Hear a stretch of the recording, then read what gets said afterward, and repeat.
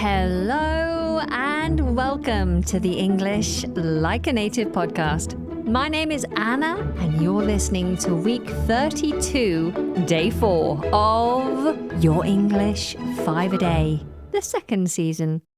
This is your series, allowing you to dip daily into the English language so that you can feel more confident, more comfortable, and more like yourself when communicating in English, because that is what's important. Releasing the power of your English voice. So, let's begin today's episode, as we always do, with a snapshot. Jim walked along the shore and saw a group of sunburnt tourists who clearly hadn't bothered with sun protection that morning. He decided to stretch out on his towel and slather on a thick layer of sun cream before the Mediterranean sun could damage his skin. "I'm not making the same mistake as those poor people," he thought, as he carefully applied the lotion. All right, it's time to deep dive. And the first item we are splashing into is the adjective sunburnt. Sunburnt. Hopefully, this is something that you haven't experienced. To be sunburnt, sunburnt. Sunburnt is having red, sore skin from being in the sun for too long. Now, I've experienced sunburn. I have been sunburnt on a few occasions, but these days it happens rarely, and honestly, I get very cross with myself if I end up sunburnt, because I try really hard to protect myself when I'm in the sun. I mostly actually avoid being in direct sunlight in the middle of the day as often as I can. And I'm always hugging the shadows, trying to find a shady spot. But then when I am in the sun, like on a beach day, then I make sure that I've got a hat. I make sure I'm wearing sun cream. So if I do burn, like I often will burn in the areas on my back that I can't quite reach, then I get quite cross with myself. Here's an example sentence. I forgot to put on sunscreen and got sunburnt at the beach. So tell me, have you ever been sunburnt? All right, next we have the phrasal verb stretch out. Stretch out. S-T-R-E-T-C-H,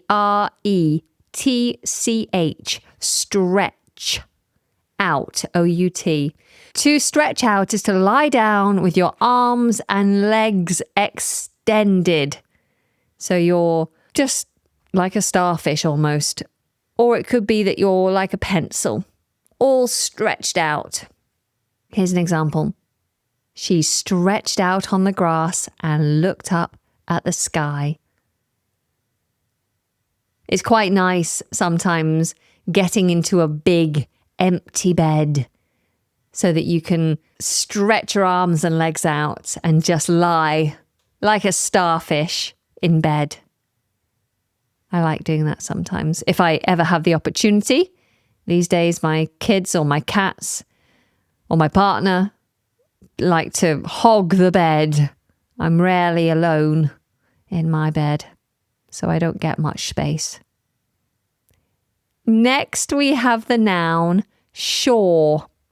Shore, spelled S-H-O-R-E.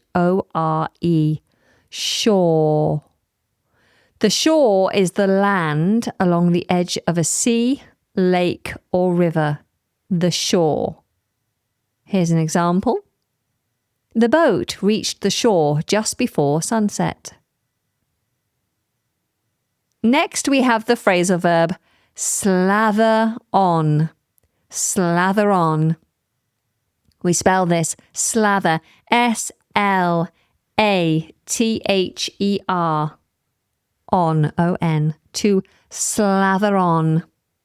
To slather something on is to spread a thick layer of something, usually cream or lotion. So you might slather on lotion onto your skin, or you could slather peanut butter onto your toast if you like it in a thick layer. This is about the thickness of the stuff you're spreading.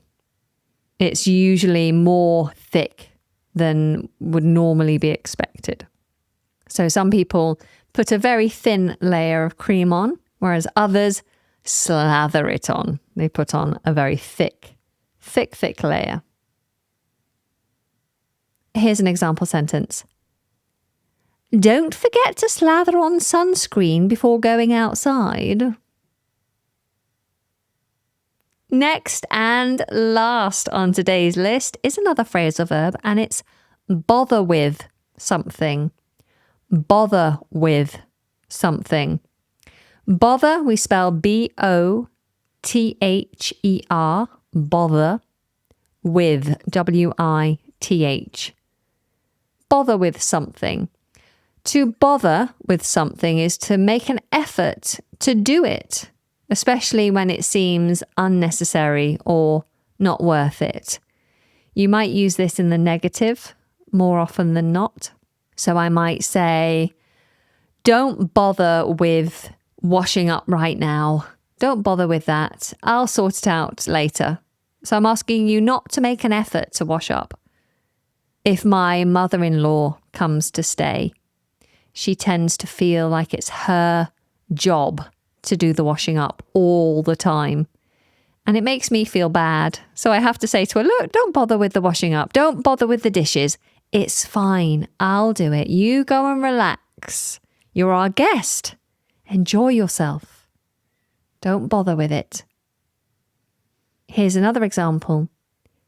I didn't bother with an umbrella. It looked like it would stay dry. Okay, that's our 5, so let's do a quick recap. We started with the adjective sunburnt, which is having red, sore skin from being in the sun for too long. Sunburnt.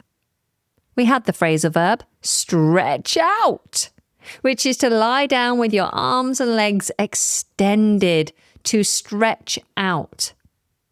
We have the noun shore, which is the land along the edge of a sea, lake or river. Shore.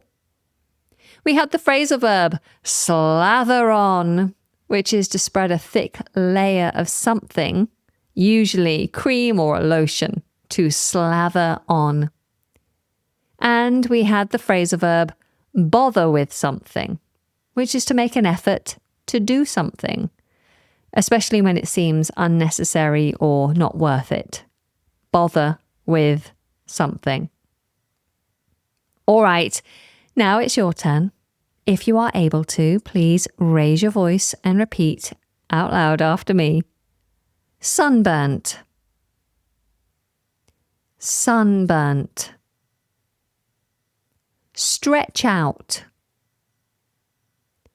Stretch out.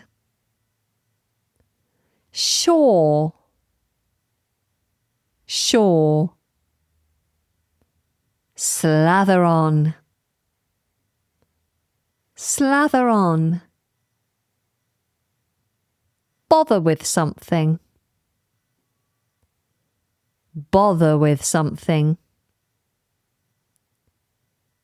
Fantastic. What's the name of the land that you would find along the edge of a sea? Shore, very good. And if I lie down in my bed with my arms and legs extended like a starfish, what phrasal verb would you use to describe what I'm doing?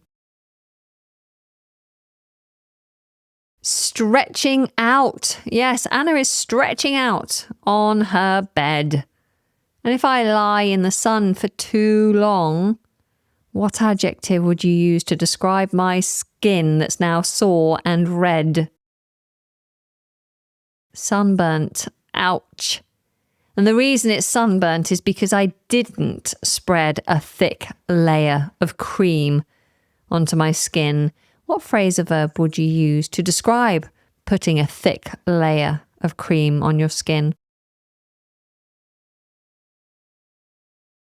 Slather on. Yes, next time I will slather on the sun cream. But this time I didn't make an effort to put sun cream on. It didn't seem necessary because it wasn't that warm. The sun was out, but it didn't feel hot. So I didn't make the effort to do it. What phrase or verb means to make an effort to do something? Bother with. Yes, I didn't bother with it. I didn't bother with slathering on sun cream. I just put a little bit on my nose. And that's why I'm now sunburnt and stretching out on my bed, thinking about my day on the shore, not slathering on sun cream, not bothering with slathering on sun cream. Okay, there we go. Let's now revisit our snapshot. Jim walked along the shore and saw a group of sunburnt tourists who clearly hadn't bothered with sun protection that morning. He decided to stretch out on his towel and slather on a thick layer of sun cream before the Mediterranean sun could damage his skin. I'm not making the same mistake as those poor people, he thought as he carefully applied the lotion. Okay, I want you now to listen out for our vocabulary as we head into story time. The morning sun blazed down on the golden sand as Mitch stepped onto the beach. He took a deep breath, sucking in the fresh, warm air, just as he had imagined he would for months and months. He had been looking forward to this holiday. Work had been stressful and he needed this break more than anything. The Greek island was perfect. Crystal clear water, peaceful coves, and endless sunshine. Mitch found a quiet spot away from the crowds and laid out his towel. The sea sparkled in front of him and he could hear the gentle swash of waves against the shore. He was about to stretch out and enjoy the warmth when something caught his eye. A couple was walking slowly along the water's edge. Even from a distance, Mitch could see that their skin was bright red. The woman was holding her shoulders carefully, wincing with each step. The man's back looked painful, the colour of a ripe tomato. They were clearly sunburnt and it looked awful. Oh, that could be me, Mitch thought, reaching into his beach bag. He pulled out a bottle of sun cream that he had almost forgotten to pack.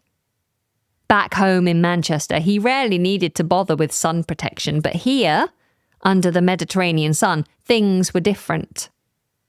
He squeezed a generous amount into his palm and began to slather it on his arms and legs.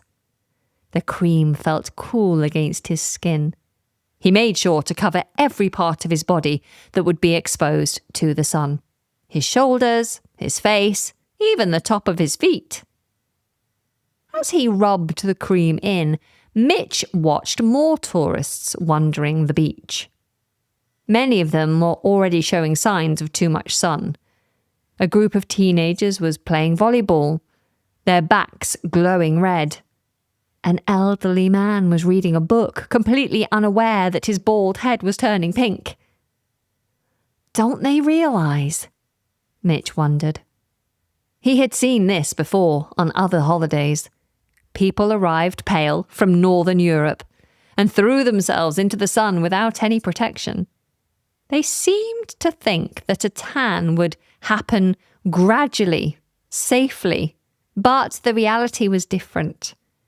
The sun here was much stronger than anything he'd experienced at home. Even on cloudy days, the rays could burn exposed skin in minutes. He had learned this lesson on a previous trip to Spain, when he had spent a day in agony after falling asleep on the beach without any protection. Mitch finished applying the cream and lay back on his towel. The sun felt wonderful on his protected skin, warm and relaxing without the threat of damage. He could enjoy his holiday without worrying about pain later. A family with young children settled nearby. The parents were carefully applying sun cream to their little ones, making sure every bit of skin was covered. The children complained and wriggled, but their parents persisted. Mitch smiled, knowing they were doing the right thing. He closed his eyes and listened to the sounds of the beach. Children laughing, waves lapping, seagulls calling. This was exactly what he needed.